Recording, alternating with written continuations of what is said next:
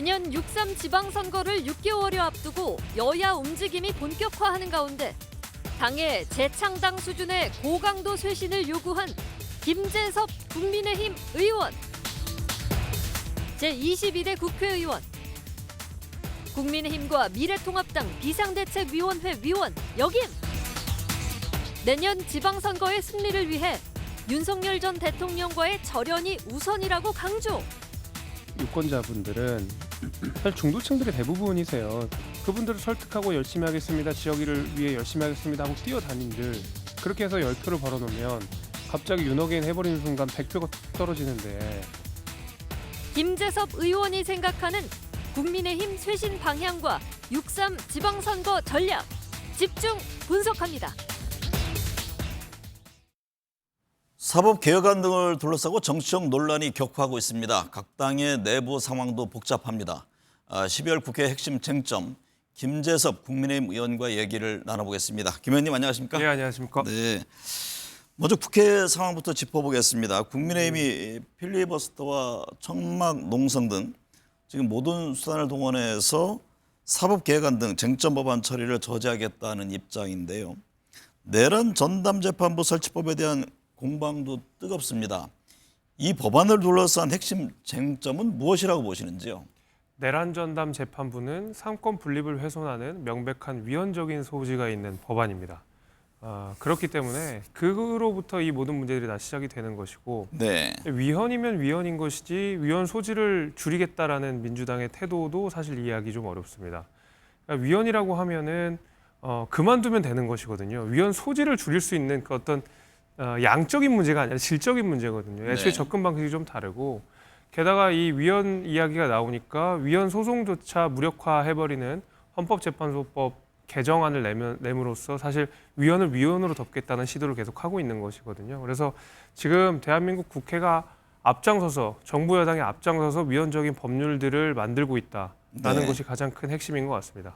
1년째 내란 관련 선고가 없는 법원의 행태가 사법 불신을 자초하고 있다 이런 지적이 나옵니다. 예. 엄중해야 할 재판이 희화화되고 있다는 지적도 있고요. 이 점은 어떻게 보세요? 이 재판의 결과라고 하는 것은 신속성도 중요하지만 네. 절차적으로 아무런 하자가 없고 국민들이 납득할 만한 공명정대한 결과가 나오는 것이 더 중요한 문제라고 생각합니다. 그런데 지금 앞서 말씀드린 대로 내란 전담 재판부라든지 법 왜곡죄라든지 사실 네. 위헌성이 가득한 법안들을 통해서 수사와 재판들이 다 이루어진다 그러면 이 재판 결과에 대해서 국민들이 납득하지 못할 것이고, 저는 또 다른 그 국론 분야로 저는 야기할 수 있다고 저는 생각이 됩니다. 이렇게 중대한 재판일수록, 중대한 수사일수록 저는 신속성보다는 훨씬 더 꼼꼼하고 절차적으로 문제가 없고 그 결과에 있어서 공명정대한 것이 훨씬 더 중요한 문제라고 생각하기 네. 때문에 빨리 이 재판 결과 나오는 것도 중요하겠지만은 민주당이 이런 위헌적인 법률들을 최소화하고 내지는 없애고 결과들을 도출해내는 것이 더 중요하다고 봅니다. 필리버스터 도중에 송석준 의원이 비상계엄에 사죄한다면서 큰 절을 올렸습니다. 필요한 과정이었다고 보시는지요? 저는 비상계엄에 대한 사죄는 분명히 있어야 된다고 생각을 하지만 네. 필리버스터 중간에 나와서 저도 좀 깜짝 놀라긴 했습니다. 큰 절을 하셔가지고 저도 그 장면을 실시간으로 다 지켜보았는데 네. 필리버스터도 필요하고 계엄에 대한 사죄도 필요하지만 그 필리버스터 중에 사죄하는 것은 사실 어떻게 판단해야 될지 사실 저는 잘 모르겠습니다. 네. 근데 정말 중요한 것은 앞서 앵커께서 말씀하신 대로 야당이 지금 필리버스터나 장외투쟁 등 모든 수단을 동원해서 대여투쟁에 나서고 있다는 말씀을 해주셨는데, 저희가 남아있는 수단이 많지가 않습니다. 네. 소수 야당이다 보니까, 게다가 법사위원장도 민주당이 가지고 있다 보니까 저희가 법안이 통과되는 과정에서 그 길목길목마다 무력할 정도로 이 야당으로서 견제 기능을 할 수가 없는 상태거든요. 네. 그러나 이 필리버스터라고 하는 마지막 남은 비장의 카드 역시 우원식 의장의 발언 제지로 인해서 그 취지가 상당 부분 훼손되었다는 점을 전 대단히 아쉽게 생각하고 있습니다. 국민의힘 당내 상황이 복잡합니다. 이뇨한 의원이 희생 없이는 변화가 없다면서 비상계엄 사태와 극단적인 정치 진영을 이유로 국회의원직을 사퇴했습니다. 지금 지도부 행보를 둘러싼 파열음도 들리고요. 현재 당내 상황을 어떻게 보고 계세요? 뭐 아직까지는 좀 어수선한 상황인 것 같습니다. 네. 12월 3일이라고 하는 저희로서는 굉장히 기억하고 싶지 않지만 또 반성해야 되는 그런 날을 기점으로 당내 목소리가 좀 양분된 거 아닙니까? 사과를 하고 적극적으로 우리가 반성 성찰해야 된다는 한쪽의 목소리가 있는 것이고요. 그렇지 않고 우리 지지층들을 좀 더 결집해야 된다는 목소리가 있는데 네. 아직 이 두 목소리가 약간의 평행성을 달리고 있는 것은 사실입니다. 아마 윤여원 의원께서도 그 당내 어떤 갈등이라든지 이 좁혀지지 않는 이견 때문에 많은 고심이 있었던 걸로 제가 생각은 됩니다만은 결국 우리가 이 보수 진영이 다시 바로 서고 나아가서는 내년 지방선거 그리고 민주당의 어떤 무도한 입법 강행들을 잘 견제하기 위해서는 저희 스스로가 잘 다잡고 통합하는 일들이 시급하다 이렇게 생각합니다. 그런데 국민의힘 지금 당원 게시판 논란이 재점화됐습니다. 당무감사위원회가 중간조사 결과를 공개한 것에 대해서 뭐 이른바 한동훈계 법적 대응 가능성까지 언급하며 반발하고 있는데요. 이 문제는 어떻게 보고 계세요? 저는 이 문제를 지금 굳이 꺼낼 필요가 있었겠느냐, 이른바 단계 논란을 재점화할 필요가 있었겠느냐라는 의문이 있습니다. 네. 물론 그 단계 문제가 한동훈 대표 입장에서는 잘했다 할 수 있는 일은 아니죠. 물론 그 가족의 명의로 어떤 글들을 올렸다라고 하는 것이 잘했다 칭찬할 수 있는 일은 결코 아닙니다만은 이 어떤 개인 정보가 어떤 의견을 표시하는 그 내용을 가지고 또다시 어떤 특정인을 징계한다든지 이런 것들은 또 다른 당내 분란의 가능성이 좀 대단히 높고 어떤 우리가 혼연일체가 돼서 여당과 싸워야 된다라고 이야기하는 지도부의 입장과도 사실 저는 맞지 않다고 보기 때문에 네. 굳이 지금 이걸 꺼냈어야 되느냐. 물론 언젠가는 털고 가야 될 문제라고는 생각하지만 이렇게 중차대한 시점에서 이 문제를 다시 한번 재점화했을 필요는 있겠느냐라는 부정적인 인식을 갖고 있습니다. 한동훈 전 대표의 최근 움직임에 대해 내년 지방선거나 뭐 재보궐선거에 출마하려는 것 아니냐 이런 해석이 나옵니다. 이런 가운데 한편에서는 또 실제 당에서의 공천이 가능하겠느냐 이런 또 회의론도 있고요. 그 점은 어떻게 보십니까? 저는 어떤 개인적인 사감, 개파 이런 것들을 초월해서 내년 지방선거에서 국민의힘이 승리하는 것은 아주 중요한 대의명분이라고 생각합니다. 그래서 저는 그 어떤 이른바 개파 갈등이라든지 과연 공천이 가능하겠냐는 가능성의 문제라든지 이런 것들을 훨씬 초월할 만큼 네. 내년 지방선거에서 우리 모두가 힘을 합쳐서 민주당과 싸워서 이겨야 된다. 저는 이 생각하기 때문에 당연히 한동훈 대표의 역할이 있다 그러면 당연히 그 역할을 수행할 것이고 만약에 공천이 필요하다 그러면 저는 거기에도 도전할 거라고 저는 생각합니다. 네. 오는 16일 모레죠. 국민의힘 초선 의원들이 당내 내용 문제를 논의하기 위해서 모인다고 합니다. 어떤 문제의식이 공유되고 있는지 당내 어떤 혁신을 요구하게 될까요? 일단 아마 윤 전 대통령과의 절연 문제를 아주 명확하게 할 것 같고요. 나아가서는 그간 우리가 윤 대통령에게 발목을 잡혀서 당이 제대로 된 혁신을 못했다라는 반성과 성찰 그리고 내년 6월 지방선거를 앞두고 우리가 정말 유능한 민생정당으로서 어떤 정책들을 해나가야 되는지에 대한 비전 제시 이런 것들이 주된 것이 될 것 같고요. 네. 저희가 지난 12월 3일에 25명의 이름으로 비상계엄과 윤 대통령과의 절연 이런 문제에 대해서 사과와 반성의 성찰의 메시지를 드린 바가 있습니다. 네. 근데 거기서 같이 이름을 올렸던 의원끼리 다짐을 했던 것이 하나가 있는데 그것이 오늘 이 반성의 메시지를 내는 것에서 우리의 모임이 그치면 안 된다. 네.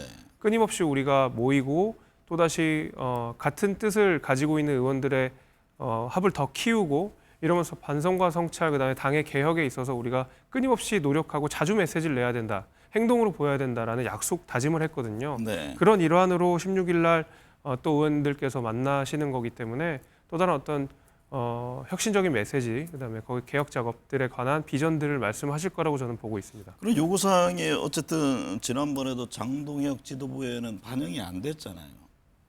이번에도 만약에 그런 결과가 나왔을 경우에 또 뭐 제2, 제3의 그런 움직임, 대안을 갖고 있는 겁니까? 그렇습니다. 저희가 일단 지도부에게 강한 압박이 저는 됐을 거라고 생각합니다. 네. 물론 12월 3일에 장동혁 대표가 저희가 원하는 메시지가 나오진 않았습니다. 이른바 계몽력이라고 부르는 계엄의 정당성을 피력하는 듯한 인상을 주는 메시지를 냈기 때문에 네. 저 역시도 앞장서서 비판을 한 바가 있고 그러나 그 이후에 사정 변경이 뭐가 있냐면 우리 당의 최다선 의원이라고 불리는 주호영 의원이 지금 우리 당의 방향성에 대해서 아주 매서운 반성, 비판을 하셨었고요. 네. 그다음에 과거 친윤 의원이라고 불렸던 친윤 중에 친윤이라고 불렸던 윤한홍 의원께서도 장동혁 대표 면전에서 아주 쓴소리를 하셨거든요. 네. 그 가운데서 중진들과 어떤 뭐 영남 중심으로 쇄신의 목소리들을 끊임없이 요구하고 있는 그런 상황이기 때문에 저는 12월 3일과 이번 16일 모임에서는 훨씬 더 이 당 대표나 지도부가 가지는 압박이 더 클 것이고 저희가 이야기하는 어떤 중도 민심이나 민생에 다가가는 메시지에 지도부도 호응을 할 거라고 저는 생각하고 있습니다. 공천 룰에 대해서도 논란이 있습니다. 내년 지방선거에서 당원들의 목소리를 더 많이 반영하자는 주제, 뭐 당심 70%, 민심 30%로 예. 지금 바꾸려는 움직임이 있는데요. 이 점에 대해서는 어떤 견해세요? 부적절하다고 생각합니다. 네. 이것이 5대5에서 지금 당심을 20%포인트를 더 올리게 된 건데 네. 지금 민심에 가닿기에도 모자랄 판에 오히려 우리가 당심으로 눈을 돌린다는 것은 회귀한다는 것은 저는 지방선거를 앞두고 매우 부적절하다고 생각합니다. 예를 들면 전당대회처럼 우리 당원들의 대표를 뽑는 선거에 있어서는 물론 당심의 비율을 높이는 것에 대한 명분이 있습니다만 물론 저는 거기에 대해서도 다 동의하지는 않습니다만 거기에 대해서 100번 이해한다 하더라도 공직선거를 앞두고 공천 룰에 당심을 높이겠다고 하는 것은 민심에 호소하는 후보보다 당심에 호소하는 후보들이 더 공천받기 유리하다는 이야기인 거거든요. 네. 물론 영남이라든지 뭐 강남이라든지 하는 우리 당 강세 지역에서는 그것이 얘기가 될 수가 있겠습니다만은 제가 있는 도봉구라든지 이런 강북 일대, 수도권 이런 데는 당심과 민심 간 괴리가 상당히 있는 것이거든요. 네. 많은 여론조사 지표로서 그것이 증명이 되고 있는 상황입니다. 그렇기 때문에 저는 이 당심 70, 민심 30의 룰을 지금이라도 최소 5대5, 저는 많게는 민심 100%로 확대하는 것이 필요하다고 생각합니다. 16일 초선 의원들 모임에서도 이 공천 룰에 대한 입장이 나옵니까? 아마 나올 거라고 생각합니다. 네. 내년 지방선거를 앞두고 장동혁 지도부가 어떤 노선과 전략을 취할지가 주목됩니다. 앞서 이제 말씀하신 것과 같은 맥락인데 현 지도부가 직면한 과제는 무엇이라고 보세요? 윤한홍 의원께서 말씀을 잘해주신 것 같은데 네. 똥 묻은 개가 겨 묻은 개를 뭐라고 할 수 없다라고 하시면서 그러다 보니 우리의 비판이 백약이 무효다라는 말씀하셨거든요. 그러니까 네. 우리 스스로가 민주당을 매섭게 비판하고 말하자면 이제 저희가 지적을 하기 위해서는 우리 스스로도 굉장히 떳떳하고 우리 스스로도 명분과 정당성을 가져야 되는 그런 상황인 것 같거든요. 지금 민주당이 굉장히 무도한 정책들, 무도한 입법들을 강행하고 있습니다. 그럴 때 저의 메시지가 국민들께 가닿기 위해서는 우리 스스로가 자정작용을 해야 되고 우리 스스로가 우뚝 서야 되기 때문에 저는 장동혁 지도부에게 주어지는 가장 큰 어떤 과제라고 하는 것은 우리 국민의힘이 과거 어떤 계엄이라고 하는 씻을 수 없는 어떤 상처와 결별하고 또 씻어내고 나아가서는 우리가 정말 유능한 민생정당이고 민주당을 견제할 수 있는 유일한 세력이라는 자신감을 보여드리는 것이 장동혁 지도부가 가져야 되는 가장 큰 과제라고 생각합니다. 지금 저 앞서 뭐 여러 의원들 또 초선 의원들 이런저런 의견을 내고 있는데 만약에 이제 장동혁 지도부가 그럼에도 불구하고 별다른 움직임이 없을 경우에 국민의힘 지도부에 대한 어떤 리더십 재편 가능성, 뭐 일각에서는 얘기하는 비대위 체제 이런 점에 대해서는 어떻게 보세요? 저희가 선거를 앞두고 지도부가 자꾸 바뀌거나 이런 역사들이 좋지 않다고 생각합니다. 당 대표로서 권위를 가지고 당 지도부가 무게를 가지고 선거를 유능하게 이끌어 나가는 것이 당연히 맞는 이야기인데 예를 들면 또다시 윤어게인 뭐 예를 들면 윤 전 대통령에 대한 재소환 이런 것들이 일어난다 그러면 일단 당내에서 가만히 있지 않을 것 같고 네. 나아가서는 지방선거 출마자들이 가만히 있지는 않을 겁니다. 그렇다 그러면 당연히 리더십에 흔들릴 수밖에 없는 것이고 그런 맥락 속에서 뭐 비대위 이런 얘기까지 극단적으로 나오고 있는 상황인데 아직까지 거기까지 간 거는 너무 많이 간 것 같고 그럼에도 불구하고 이 후보자들이 인식하고 있는 위기의식은 굉장히 높은 수준이다. 네. 그 수도권을 중심으로 한 의원들의 경각심, 영남을 중심으로 한 개혁의 바람 이런 것들의 강도가 굉장히 세지고 있는 건 사실이다 이렇게 말씀드릴 수 있을 것 같습니다. 그러면 그 가능성은 완전히 닫혀 있는 건 아니다 이렇게 봐야겠네요. 뭐 그렇지 않겠습니까? 어느 네. 지도부나 민심과 괴리되거나 선거 패배를 직면하고 있다면 당연히 그 위기의식을 느낄 필요가 있다고 봅니다. 이준석 대표의 개혁신당 등 이른바 2022년 대선 당시 보수 대연합 빅텐트론에 대해서는 어떤 견해세요? 저는 정말 지푸라기라도 다 잡는 심정으로 네. 보수가 다 같이 힘을 합쳐서 지금 민주당의 저 악법 강행 포퓰리즘 정책을 막아야 된다는 절실한 마음은 있습니다만은 그것이 정치공학적으로 비춰져서는 안 된다고 생각합니다. 선거 때가 됐으니까 개혁신당도 보수 진영에 있고 국민의힘도 보수 진영에 있으니까 같이 힘을 합치면 시너지가 날 것이다라는 것은 굉장히 정치공학적인 접근인 것 같거든요. 네. 정말 국민이 요구하고 정말 이게 지금 우리가 합치지 않으면 안 되겠다라고 하는 절실한 대의 명분이 섰을 때 저희는 뭐 연대나 합당 이런 것들이 얘기가 나올 수 있는 것이지 지금부터 저희가 뭐 빅텐트라고 해서 섣부르게 할 건 아닌 것 같고요. 대표적으로 저도 2020년 미래통합당으로서 당시 이제 총선을 치렀는데 그때 크게 졌습니다. 그때 미래통합당이라는 이름 자체에서도 느낄 수 있겠지만은 정말 보수 진영의 대통합이 이루어졌던 겁니다. 네. 바른정당, 자유한국당 등등 신생정당까지 다 합쳐졌었는데 결과는 참패였습니다. 그러니까 합친다고만 해서 선거에 이긴다는 건 아니다라는 말씀을 좀 드리면서 더 중요하게 해결돼야 될 과제들이 개혁신당에게도 국민의힘에게도 있다고 봅니다. 통일교 이슈가 지금 여야 모두를 때리고 있습니다. 윤영호 전 통일교 세계본부장이 여야 정치인 5명의 이름을 언급했다고 또 전해졌는데 또 윤 전 본부장은 이후 재판 과정에서 그런 진술이 한 적이 없다고 표현했습니다. 어쨌든 지금 헌법에 명시된 이 종교분리 원칙이 무너진 것 아니냐 이런 지적이 나오는데 정치권과 통일교 유착 문제는 어떻게 보고 계세요? 첫 번째로 이번 통일교 수사에 관련해서 가장 중요한 문제점은 그 통일교 게이트 안에서 한쪽 진영에 대한 수사만 이루어졌다라는 것이 가장 중요한 문제인 것 같습니다. 네. 지금 여야 인물들이 고루 윤영호 본부장 입에서 나왔는데 거기에 대한 수사는 완전히 전적으로 국민의힘 의원들을 대상으로만 이루어졌거든요. 심지어 그 수사로 인해서 권성동 의원은 현재 구속 상태에 있습니다. 네. 근데 누군가는 돈을 받고 누군가는 금품까지 받았다, 뭐 시계도 받았다 이런 얘기가 나오는데 여기에 대한 수사는 전혀 이루어지지 않았다는 거거든요. 실제로 민주기 특검은 그에 관한 진술을 이미 4개월 전에 확보했음에도 불구하고 누구는 구속이 되어 있는데 어떤 민주당 출신의 정치인들에 대해서는 이렇다 할 수사 하나도 없었다는 것은 굉장히 큰 문제고 네. 저는 이 통일교 게이트에서 과연 민주당의 인사들이 얼마나 연루가 되어 있는지 나아가서는 이재명 대통령께서 실제로 한학작 총재를 만났는지 통일교 주인사들 만났는지에 대해서 명확한 입장을 보여주셔야 된다고 저는 생각을 합니다. 나아가서 정교분리 원칙을 말씀하셨는데 정교분리 원칙은 종교가 정치에 개입하면 안 된다는 이야기고 정치도 종교에 개입하면 안 된다는 네. 이야기거든요. 종교가 지금 정치권에 개입을 했다는 정황이 있습니다. 그래서 그에 따라서 많은 분들이 지금 처벌하는 수순에 가 있는 것이고요. 마찬가지로 정치도 종교에 함부로 개입하면 안 되는 것이거든요. 그런데 이재명 대통령께서는 아무렇지도 않게 종교 해산을 이야기하고 계셔서 오히려 이 정교분리의 원칙이라고 하는 헌법적 가치를 관철하기 위해서는 서로가 서로를 조심해야 된다라는 말씀도 드리겠습니다.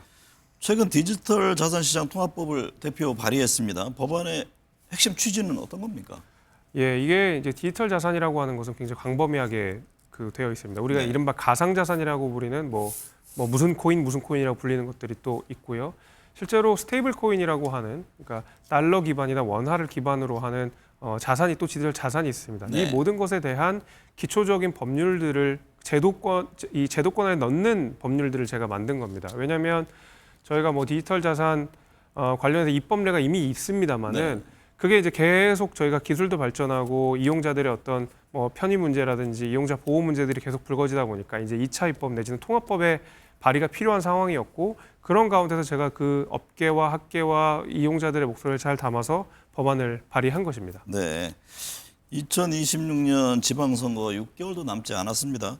김종인 전 국민의힘 비대위원장이 내일 바로 선거를 한다면 대구시장 경북지사를 빼고 국민의힘은 다 뺏긴다고 진단하던데요. 동의하십니까? 여론조사상 그렇게 보입니다. 네. 물론 부산이라든지 이 경남 지역도 저희가 이제 우세한 것들 보이지만 네. 우세하다, 저희 이긴다 이렇게 자신 있게 말할 수 있는 여론조사는 아니거든요. 저희가 넉넉하게 이길 수 있다라고 이야기하는 것은 대구 경북 일대이기 때문에 김종인 위원장이 아주 좀 보수적으로 말씀하신 거긴 하지만은 그럼에도 불구하고 우리가 지금 당장 선거를 치르면 여기 빼고 다 진다라는 생각을 갖고 개혁하지 않으면 안 된다라는 일침을 하신 거라고 보고요. 네. 저희가 대통령 선거가 있은 다음에 이루어졌던 2018년 지방선거를 생각해 보면 실제로 그랬습니다. 네. 대구 경북을 제외한 대한민국 전역이 다 민주당의 승리로 돌아갔었거든요. 근데 그런 전철을 답습하지 않기 위해서는 우리가 정말 앞으로 잘해야 된다는 생각이 들었고 그것이 또 국민이 요구하는 바라고 저는 봅니다. 연말이니까 이 질문 한번 드려볼게요. 2025년 대한민국 정치를 한마디로 총평한다면 어떻습니까? 혼란인 것 같습니다. 혼란. 네, 혼란인 것 같습니다. 네. 이게 여야의 대립도 극단화되고 있고요. 정치 진영도 양극화되고 있는 것 같고요. 또 각 당내에서도 각각의 내용들이 있다 보니까 어디 하나 눈들 데 없이 전부 혼란스러운 상황인 것 같습니다. 민주당도 이재명 대통령과 정청래 대표 간의 갈등이 노골화되어 있는 상황이고요. 저희도 어떤 노선 투쟁이라고 해야 될까요? 윤 전 대통령과의 결별이나 뭐 쇄신이나 개혁 보수로서의 가치를 지키시는 분과 또 구주류라고 부르는 어떤 윤 전 대통령과의 어떤 뭐 유착 이런 것들과의 어떤 갈등 관계 이런 것들이 좀 있다 보니까 사방이 다 갈등 상태고 사방이 다 혼란 상태라고 생각이 돼서 안타깝고 부끄러운 일이지만 혼란이라고 제가 정의할 수 있을 것 같고 내년만큼은 저희가 새로운 마음으로 여야 모두가 좋은 정치를 보여주셨으면 좋겠다. 저도 그 앞장서겠다 말씀드리겠습니다. 정치권이 사실 그런 혼란의 문제를 좀 없애라고 있는 건데 국민들에게 혼란을 주면 그래서 안 되죠. 네, 내년을 네. 다시 한번 더 기대해 보겠습니다. 그렇게 하겠습니다. 2025년이 얼마 남지 않은 12월에도 여야 정치권 대립은 이어집니다. 누구를 위한 갈등과 충돌인지 냉철히 짚어봐야겠습니다. 오늘 함께해 주셔서 감사합니다. 감사합니다.